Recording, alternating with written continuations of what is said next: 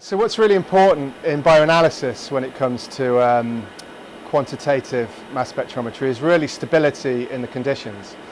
Mass spec for bioanalysis is a really active process. You have the process of ionization and the liquid eluent flowing into the ion source.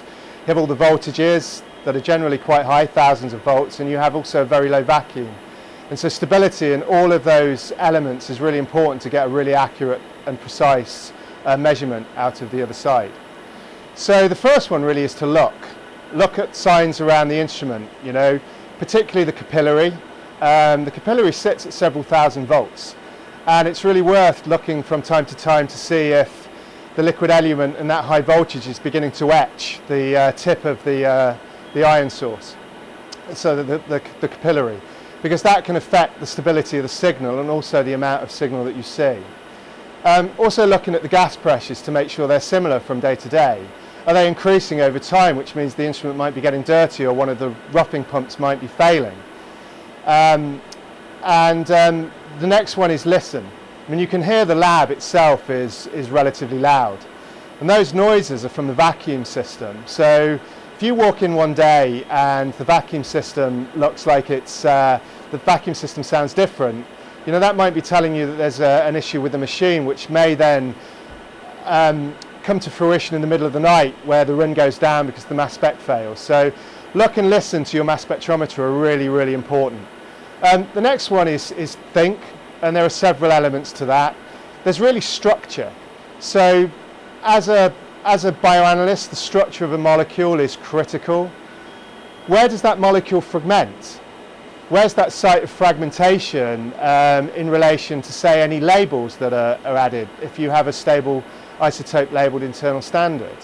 Is it possible that those deuteriums, for example, might be involved in the fragmentation process? And also, with regard to the structure, what's the fragmentation process? Is it a rearrangement or a simple cleavage? Because that may dictate how stable that reaction might be with regard to quantification. And also, is that fragment that you're generating large or small?